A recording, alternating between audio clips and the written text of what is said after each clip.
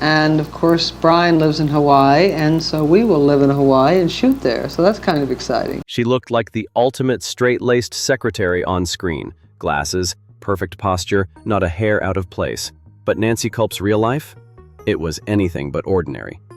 Before the cameras, before the sitcom stardom, Nancy was a force of nature, a woman with a razor-sharp mind, a biting wit, and a fearless ambition that didn't care what society expected from women in the 1940s. While other girls were dreaming of Hollywood or homemaking, Nancy was busy mastering journalism, French, and English, all at once. She earned her degree before most actresses even got their first headshot, and then she did something even bolder. She enlisted in the U.S. Navy during World War II. You heard that right. TV's most famous spinster once wore a uniform and commanded respect as a Naval Reserve officer.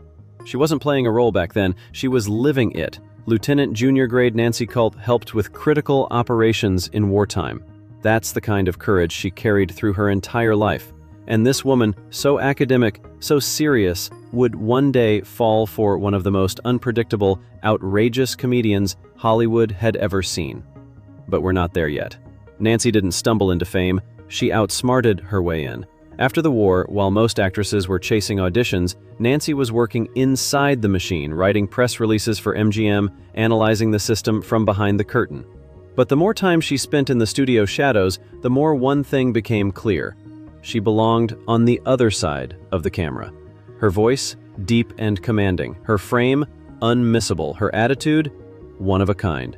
Directors didn't know what to do with her. She wasn't the bombshell, she wasn't the damsel. She was something they hadn't seen before and couldn't ignore. By the early 1950s, she was in films like A Star is Born and Shane.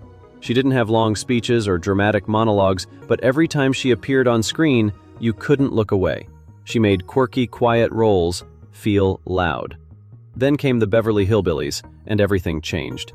Miss Jane Hathaway was meant to be just another background character, but Kulp gave her layers, dignity, awkwardness, longing, especially that painfully funny, unspoken crush on the dim-witted Jethro.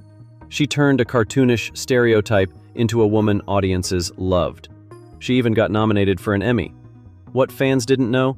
While the world laughed at her fictional heartbreak on TV, in real life, Nancy was hiding a romance so shocking, so unlikely, that if it had come out, it might have ended both their careers. They came from two completely different worlds. She was the book-smart Navy veteran turned TV icon. He was the fast-talking king of dirty comedy, feared by network executives and adored in underground clubs. Nancy Kulp and Redd Foxx. If you're thinking, no way, you're not alone. But behind the scenes of 1960s Hollywood, beneath the wigs, under the makeup, beyond the stage lights, something rare was happening. These two stars, so wildly different on paper, had quietly found each other. They reportedly met at a charity gala in Los Angeles. One private conversation turned into two, then into late-night phone calls, and eventually, something more. Not lust, not tabloid romance. This was a meeting of minds. They were both obsessed with books, with justice, with refusing to be boxed in by the roles society handed them. But there was one huge problem. The world wasn't ready for them. An interracial couple, one black, one white. One man known for his vulgar routines and raw humor. One woman known for her uptight, classy screen presence.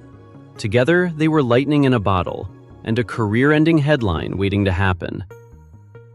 So they kept it private. Hidden, whispered, never confirmed.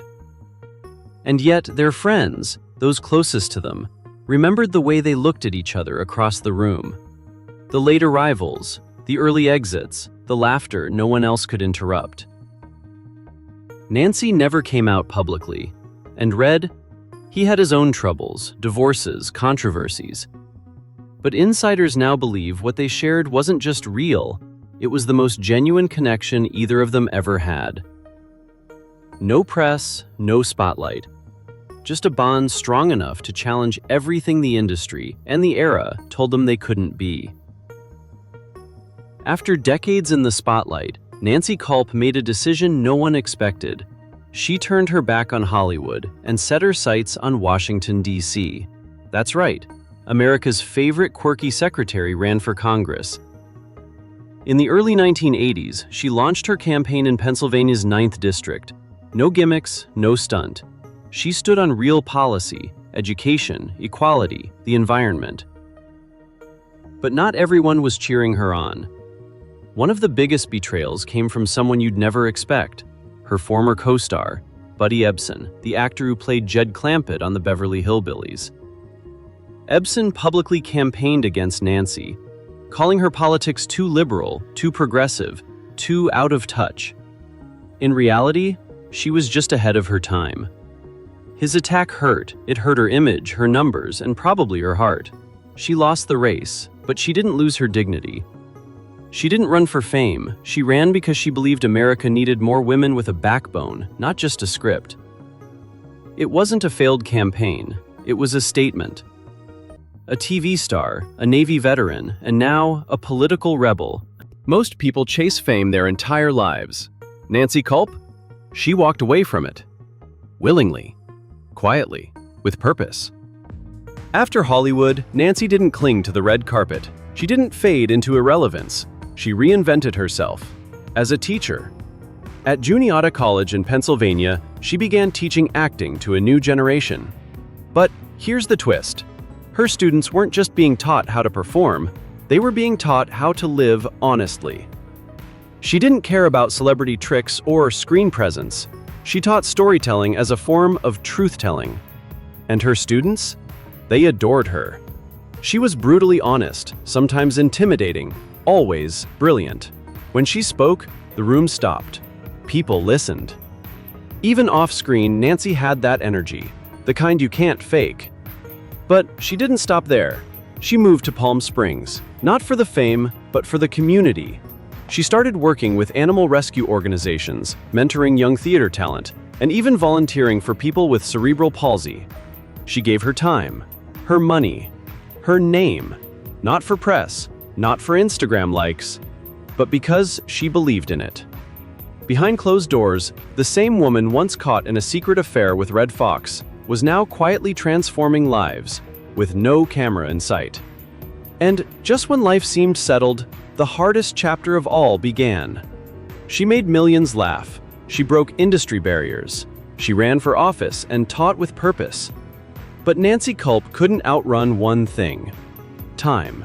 In 1990, Nancy was diagnosed with cancer. The specific type was never publicly revealed. Why? Because she didn't want pity. She didn't want headlines. She just wanted to fight it on her own terms. And that's exactly what she did. She underwent chemotherapy, a brutal and unforgiving treatment, while continuing to engage with her community. No fanfare, no press tour, just resilience. But as the months passed, the cancer spread. By early 1991, it was clear the battle couldn't be won. Nancy's health deteriorated rapidly. Friends later said she still smiled, still joked, still tried to give strength to them even as hers faded. On February 3, 1991, Nancy Kulp passed away in Palm Desert, California, a quiet town for a quiet woman who had once shaken Hollywood without ever raising her voice. She was 69 years old. Her body was returned to her hometown in Pennsylvania, where she was laid to rest. No flashing lights, no paparazzi, just a peaceful corner of the world for one of TV's most unforgettable women. Nancy Kulp never fit the mold, and thank God for that. She wasn't just the awkward secretary from the Beverly Hillbillies.